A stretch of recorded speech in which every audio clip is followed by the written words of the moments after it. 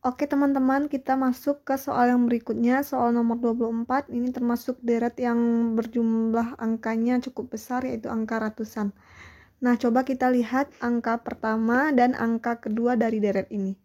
Angka pertama itu 300-an, angka kedua itu 600-an. Kalau kita lihat sekilas, ini adalah perkalian kan? Lebih tepatnya ini perkalian 2. Nah, 315 kalau kita kalikan 2 hasilnya pasti 630. Sedangkan angka kedua dan ketiga itu kita bisa simpulkan bahwa ini adalah angka pembagian, di mana 600 dibagi 3 itu hasilnya 200. Berarti ini dibagi 3. Nah, karena udah ada pola sedikit, kali 2 bagi 3, kemungkinan ini pasti akan juga kali 4. Nah, benar saja 210, kalau kita kalikan 4 hasilnya 840. Nah, berarti selanjutnya polanya itu kali 2 bagi 3 kali 4, berarti ke sini itu bagi 5. 168 ke 1008 itu berarti dikali 6. 1008 sampai ke 144 itu artinya dibagi dengan 7. Nah, selanjutnya 144, angka selanjutnya itu pasti dikali 8. Nah, 144 kalau kita kalikan dengan 8, belakangnya kan angkanya 2. Nah, kita lihat di sini yang angkanya 2, option A, B, C, D, E itu yang D sama E salah kan, karena angka belakangnya 8 di sini. Yang kita butuhkan yang angka belakangnya 2, berarti A, B, C. Berarti 144 kali 8, 1152. Nah, di sini kita tulis 1152. Nah, angka selanjutnya setelah 1152 itu pasti bagi 7 kali 8. Selanjutnya pasti bagi 9. 1152 jika kita bagi 9, maka hasilnya adalah 128. Maka jawabannya adalah yang C. Seperti itu ya teman-teman. Saya coret. Oke. Soal nomor 25. Soal nomor 25 ini juga termasuk deret yang ribuan. Kita perhatikan di sini. Angka pertamanya itu 7, selalu 7 ya. 7, 7, 7, 7. Pasti di sini juga angka pertamanya akan 7. Angka keduanya atau angka ratusan ini adalah 9. Ini turun 8, 7, 6. Titik-titik ini 4. Berarti di sini pasti angka ratusannya 5. Angka ketiganya tetap 3 kan? Tetap 3, berarti tetap 3, 7, 5, 3. Nah, berarti yang benar yang A, 7533. Seperti itu. Oke, kita masuk ke soal selanjutnya. Nomor 26. Nah, ini untuk soal cerita tentang perbandingan. Untuk membuat 12 kopi dibutuhkan X gram gula, 12 kopi dibutuhkan X gram gula dan 3 gram kopi. Sedangkan untuk membuat 8 gelas kopi dibutuhkan 2 gram gula dan Y gram kopi. Nah, manakah hubungan yang benar antara kuantitas P dan Q jika diketahui P itu X, Q itu Y? Nah, seperti itu. Jika kita lihat, jika semakin banyak gelas kopi yang kita bikin, maka artinya kan gula dan kopi yang kita masukkan juga akan semakin banyak. Artinya itu adalah perbandingan senilai antara gula kopi dan juga minuman kopi yang dihasilkan dalam bentuk gelas seperti itu ya. Jadi ini adalah perbandingan senilai ya teman-teman. Karena makin banyak kopinya, makin banyak gulanya, maka juga gelas kopi yang akan dihasilkan juga akan semakin banyak seperti itu ya. Nah, kita bisa bikin tabel seperti ini. Gelas kopi, maksudnya banyaknya kopi gitu ya, banyaknya minuman kopi, gulanya sama kopinya seperti itu ya. Yang pertama itu kan 12 ya, 12 gelas kopi dibutuhkan X gram gula dan 3 gram kopi. Yang kedua itu 8 gelas kopi, 2 gram gula dan selanjutnya Y gram kopi. Nah, kita pisahin dulu untuk gula. Kalau untuk si gula kan dia perbandingannya senilai kan, semakin banyak gulanya berarti kopi yang akan kita hasilkan, minuman kopi nanti yang akan kita hasilkan juga bisa semakin banyak gitu kan, berarti kan senilai. Gula berarti kalau senilai 12 per 8 sama dengan X per 2 seperti ini kan. Nah dari sini kita kali silangkan, 12 dikali 2 sama dengan 8 dikali X. 12 dikali 2 itu 24, sedangkan ini 8X. Nah, berarti X itu sama dengan 24 dibagi dengan 8. Hasilnya 3. Berarti X sama dengan 3 sama dengan P ya. Berarti P-nya 3. Berarti ini 3. Selanjutnya untuk si kopi, biji kopi gitu atau serbuk kopi itu kan senilai juga kan, semakin banyak kopinya maka gelas kopi, hasil minuman kopi nanti itu akan juga semakin banyak gitu kan. Kita asumsinya airnya juga semakin bertambah gitu. Nah selanjutnya berarti 12 per 8 sama dengan 3 per Y gitu kan. Nah ini kan kali silang, 12 dikali Y sama dengan 8 dikali 3. 12 kali Y kan 12 Y ya. 8 kali 3 itu adalah 24. Berarti Y-nya sama dengan 24 dibagi dengan 12. Hasilnya sama dengan 2. 2 ini sama dengan Q. Berarti Q sama dengan 2. Nah, artinya apa? Kalau P3 dan Q-nya 2, artinya P lebih besar dari Q gitu ya. Jadi jawabannya yang A. Oke. Ini adalah perbandingan senilai untuk dua unsur ya, gula kopi sama gelas kopi. Gelas kopi itu maksudnya minuman kopinya. Jadi semakin banyak gulanya, semakin banyak kopi yang kita masukkan, maka akan terbentuk minuman kopi dalam bentuk gelas itu juga semakin banyak, seperti itu ya. Oke teman-teman, kita lanjut ke soal yang nomor 27. Nah ini soalnya perbandingan juga kan. Nah coba kita baca. Sebanyak 12 orang pekerja dapat menyelesaikan suatu pekerjaan dalam waktu 6 hari. Nanti kita bikin tabel aja dulu biar jelas gitu kan. Pekerja terus waktu. Nah, si pekerjanya ini ada 12 orang. Nah, dia bisa menyelesaikan dalam waktu 6 hari. Nah, banyaknya tambahan pekerja yang dibutuhkan jika pekerjaan harus selesai tepat waktu meskipun ada hari libur selama 2 hari. Nah, kalau harinya libur selama 2 hari, berarti waktu yang tersisa kan berarti tinggal 6 dikurangi 2 sama dengan 4 gitu ya. Nah, dengan 4 hari tersisa gitu kan, 4 hari yang tersisa ini berapakah pekerjaan yang dibutuhkan gitu agar pekerjaan itu dapat selesai tepat pada waktunya, seperti itu. Nah, berarti kalau pekerja sama waktu begini, artinya kan semakin banyak pekerja, maka waktu yang dibutuhkan akan semakin sedikit gitu. Karena semakin banyak orang yang bekerja, maka pekerjaan akan semakin cepat selesai. Artinya, soal ini adalah perbandingan terbalik gitu kan. Nah, kalau perbandingan terbalik, berarti kita bisa kalikan unsur yang secara horizontal seperti ini. Misalkan yang ditanya itu P ya. Misalkan ini yang dibutuhkan itu sebanyak P, berarti 12 dikali 6 sama dengan 4P, seperti itu ya. 12 dikali 6 itu adalah 72, 4P, sedangkan sehingga menjadi P itu akan sama dengan 72 dibagi dengan 4. Nah, 72 dibagi 4 hasilnya kan 18. Nah, berarti di sini tanda tanya ini adalah sama dengan 18 orang. Berarti dalam sisa 4 hari itu pekerjaan bisa selesai jika kita mempunyai 18 orang pekerja. Nah, yang ditanyakan tambahannya.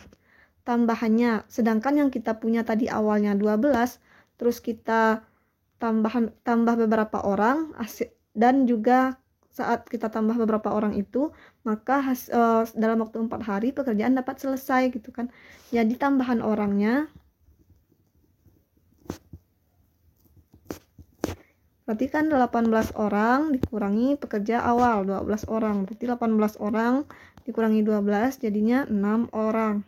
Berarti jawabannya yang E, seperti itu ya teman-teman. Ini termasuk soal perbandingan berbalik nilai. Oke. Kita lanjut ke soal kita yang berikutnya. Nah, ini soal figural. soal figural ini kita lihat di sini. Ini kan kayak ada garis gitu kan. Ini artinya pencerminan gitu ya. Kita lihat dulu pencerminannya terhadap gambar 1. Ini gambar 1, ini gambar 2. Ini kan gambar satunya ada 5 sisi. Yang pertama ini ada 5 sisi menjadi 4 sisi. Terus dia yang sisi yang 5 ini itu kan nggak diarsir. Sedangkan yang ini juga tidak diarsir.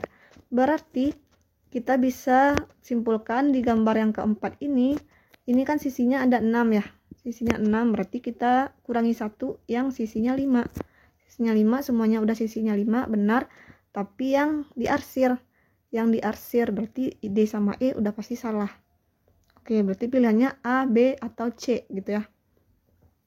Kita lihat unsur elemen keduanya. Elemen kedua di sini yang persegi ini, yang di tengah-tengah ini.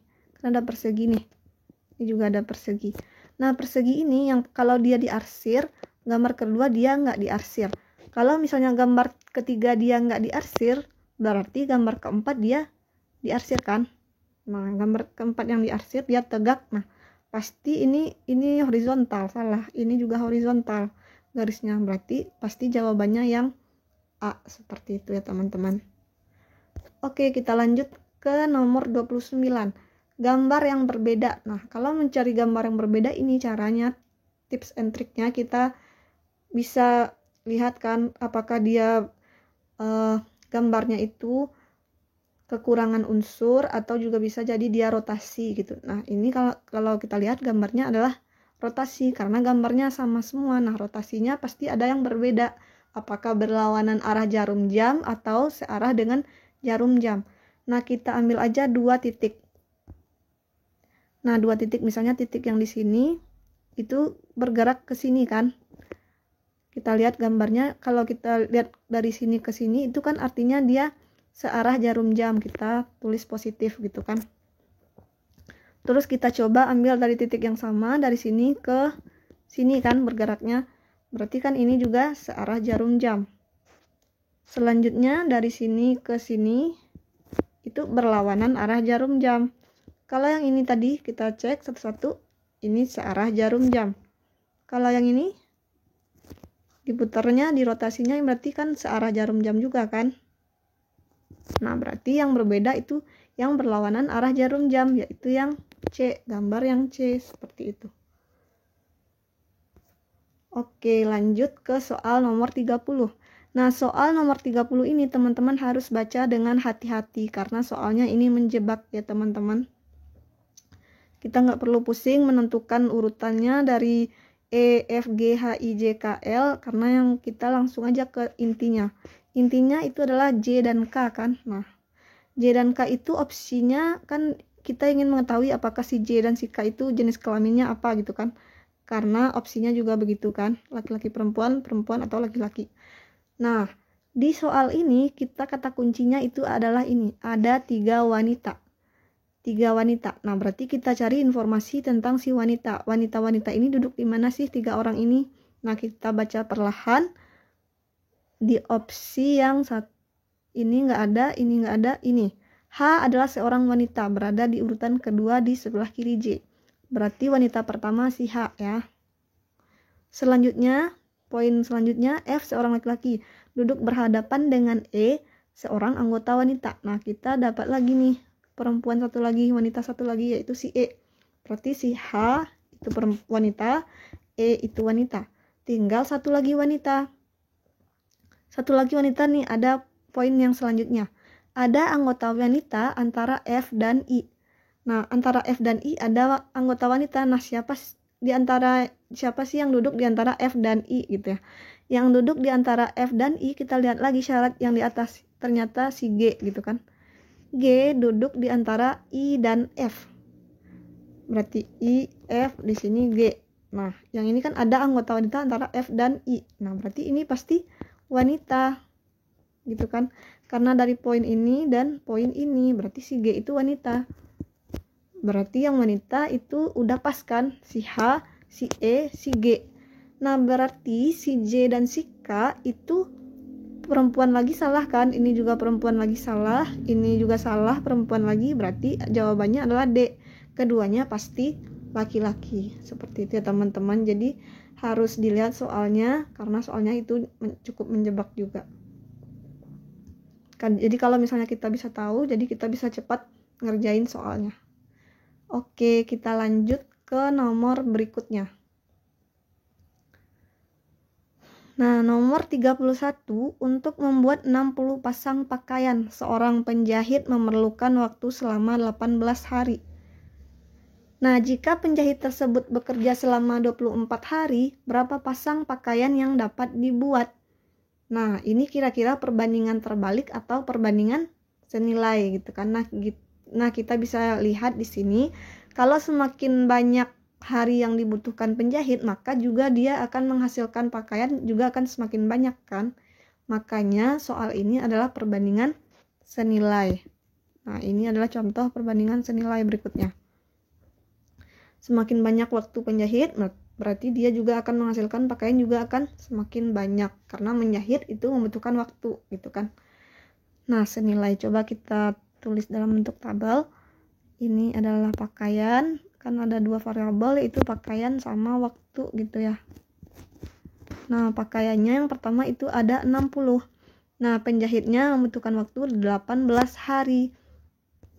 Nah, selanjutnya jika penjahit tersebut bekerja selama 24 hari, nah yang ditanya berapa pasang pakaian yang dapat dibuat. Misalnya ini ya, P ya. Nah, itu yang ditanya adalah berapakah P. Karena kalau senilai artinya bisa kita kalikan secara diagonal gitu kan.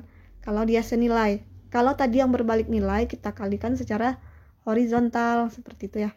Karena ini senilai berarti dia secara diagonal. Berarti 60 dikalikan dengan 24 sama dengan 18 P gitu ya, atau 18 kali P gitu. 60 kali 24 itu kan hasilnya 1440 sama dengan 18 P. Maka P itu hasilnya akan sama dengan 1440 dibagi dengan 18. Nah, hasilnya ini sama dengan 80. Jadi jawabannya yang C, 80 pasang gitu. Kalau waktunya ditambah sebanyak 24 hari, jadi pakaiannya akan selesai sebanyak 80 pasang pakaian. Jadi yang C ya teman-teman. Oke, kita lanjut ke soal yang nomor selanjutnya, yaitu nomor 32. Nah, soal 32 ini kan irama gambar, pola gambar gitu ya. Nah, kita lihat di kotak pertama ini.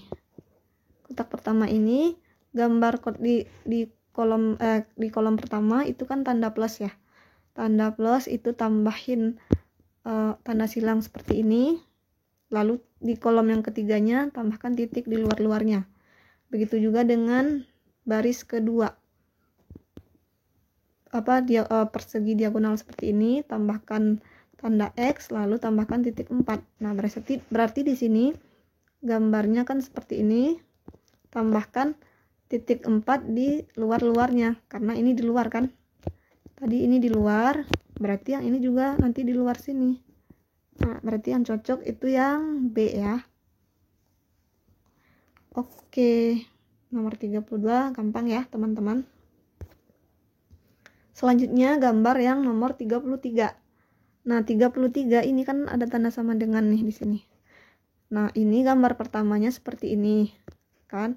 Lalu kita rotasikan gitu kan 90 derajat, ini dipindahkan ke sini, berarti kan menjadi gini kan. Tapi yang ekornya ini kita ganti dengan lingkaran tapi yang lebih kecil.